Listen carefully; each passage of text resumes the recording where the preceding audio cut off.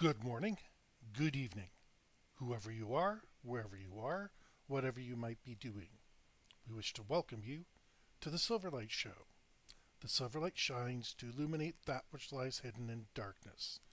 For those of you tuning in today, we welcome you in. The Nantucket Sea Monster. Pretty much every town has its own legend about something paranormal going on in its midst, whether it's a ghost, a cryptid, or even something otherworldly. We get these things pretty much worldwide. It can be a folk tradition, it can be somebody's grandfather saw something many years ago and you think you saw it again. It's these little slices of small town North America that really help you build an appreciation for what you have. So let's go back to the summer of 1937. Yep, the clouds of war in Europe are gathering. People are very stressed out. And even the supposed broadcast of War of the Worlds by Mr. Wells seems to cause some confused people some panic. I'll leave that for another time, though. There's a gentleman named Bill Manville, a fisherman, and he walked in to the offices of the Nantucket's Enquirer and Mirror, two different newspapers. Now, that Enquirer is not related to the National Enquirer of today, or at least I couldn't find any relation. But this is the way you got your stories out. Remember, in 1937, radio's pretty much established. The televisions are nothing like what you and I would call televisions. There's no internet to speak of, so when you want to be heard, you go to the newspaper.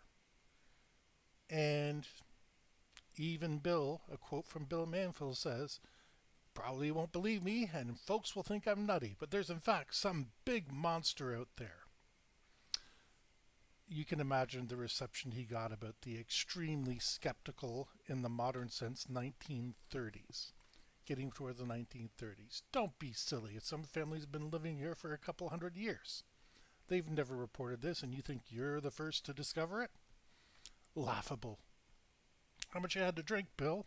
And other such taunts. Well, as it happens, he challenged him that somebody else would see it, and then they wouldn't think he was loony.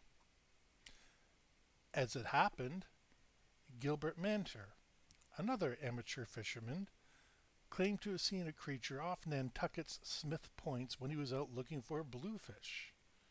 And then another man, Ed Crocker, found some unidentifiable footprints in the sand at Nantucket Beach, which that whole area, Nantucket, New York area, is known for its beaches. These footprints were about 5.5 feet and 4 feet wide.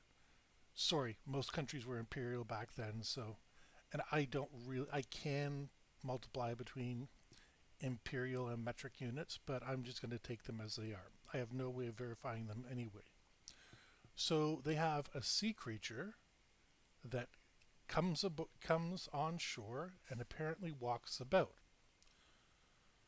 Even though you are a newspaper and you have to vet your news, again, this is in the olden days where even though they'd run crank files and prank articles, you're getting to the point where three people are witnessing something interesting. You can't ignore it forever. It's worth a headline, if for nothing else than, well, there weren't ratings, but salesmanship.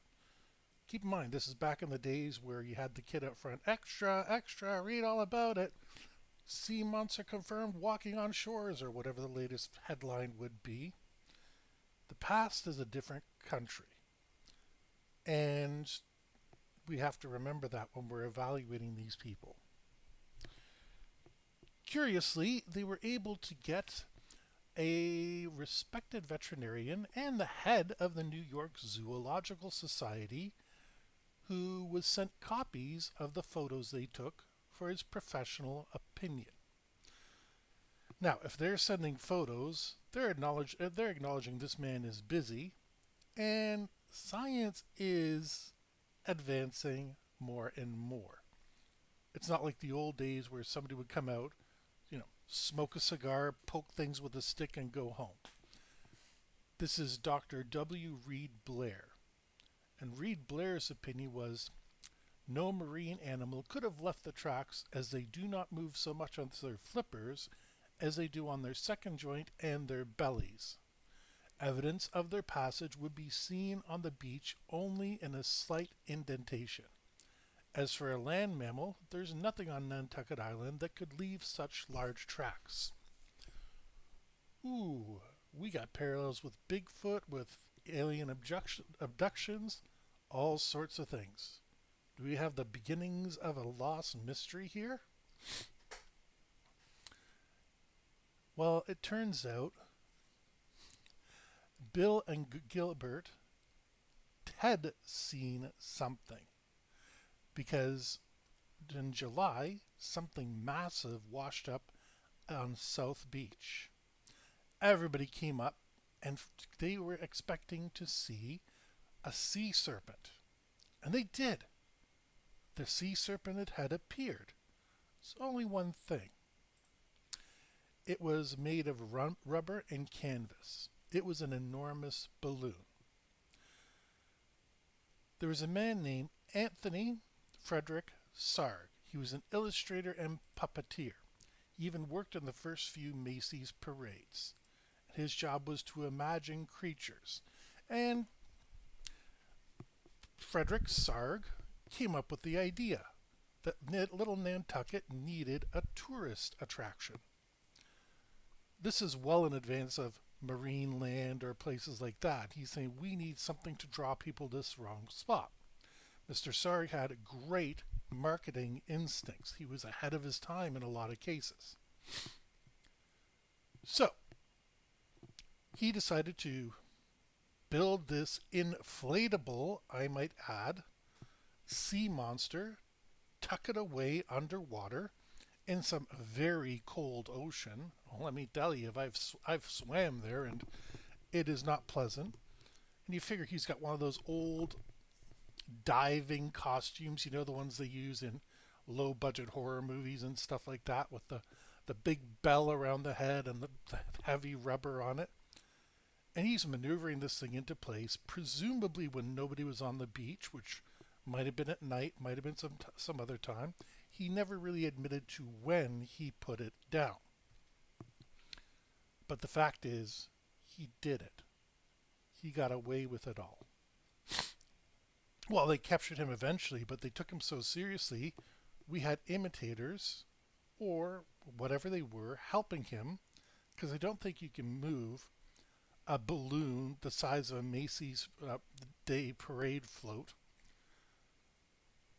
and put that into place by yourself, or carve out all the tracks of whatever the thing was on land. That's an incredible accomplishment. Now, while it was really rude of the newspaper reporters to make fun of the first few witnesses that they had, let's be honest. Today, if I published a story online that I encountered a smelly man with goat horns and big wings, and he tried to offer me a transaction, you'd think I was nuts. But some people in the Catholic Church might take me very seriously. This is why we need to temper our enthusiasm for the paranormal with science. The Silverlight has spoken on many subjects, and he's always said we need better science, we need better measurement, we need better ways to figure out what it is, because if that freak erosion hadn't broke the thing loose and come to land, not many people would be able to afford to dive down and figure out what it was. And even though those waters look clear, they're icy and they're treacherous. Basically, don't go there. So, this is the example of a hoax, but I think it's a good one. Whether knowingly or unknowingly, they recreated a mysterious sighting, tracks that appear from nowhere. And that's a lot of evidence to take seriously. Anthony Sarg was ahead of his time, at least, well, not least because he was an illustrator and a puppeteer, but also in figuring out the things that would attract people. And it's very profitable to attract people. If you can tell people, hey, we got a ghost in here, we got a UFOs every 2 nights, we get, Sasquatch stops by and buys a hot dog at the local hot dog place, people are going to be interested and come out to see what's happening. This is happening in 1937. Well, after the great airship hoax has done, well, I'm not going to call it a hoax. I actually believe something happened. The great airship mystery has happened. And right when you're getting some interesting UFOs that are predating World War II, they had a sense of the paranormal back then and were even willing to take steps to move forwards and start rudimentary investigations. And it's all for the simple sake of $1. Well, whatever they charged back then, it might have been 50 cents. It's a different world, a different time, and just getting people out was all they wanted. Because Anthony Tony Sarg, Frederick is his second name, I keep getting him mixed up, also owned a curiosity shop. And since he was a puppeteer of some renown and an illustrator, he was able to produce his artworks from wherever his laboratory was and sell them off. He just needed more people to come by. It all makes sense in the end, but this is a story that came out eventually, not the story they were presented in the first few days that this was all happening. So remember, we need to observe, but science is ultimately our arbitrator of reality. There's no making things up when you can measure something, when you can quantify it, when you can make sure it's real. So, with that, we'll say goodbye to our Nantucket sea monster. Maybe we'll see him again. Not really, though. I don't think there's enough meat on the bones of the story. But, anyways, we wish to thank you for joining us for the show today. If you enjoyed this show, please like, share, because sharing is caring. Don't forget to click the subscribe button if you haven't clicked it already. Please click on the notification bell so you can be notified every time we release a new episode, which is every day at noon, barring anything unusual. And we hope you have a fantastic day.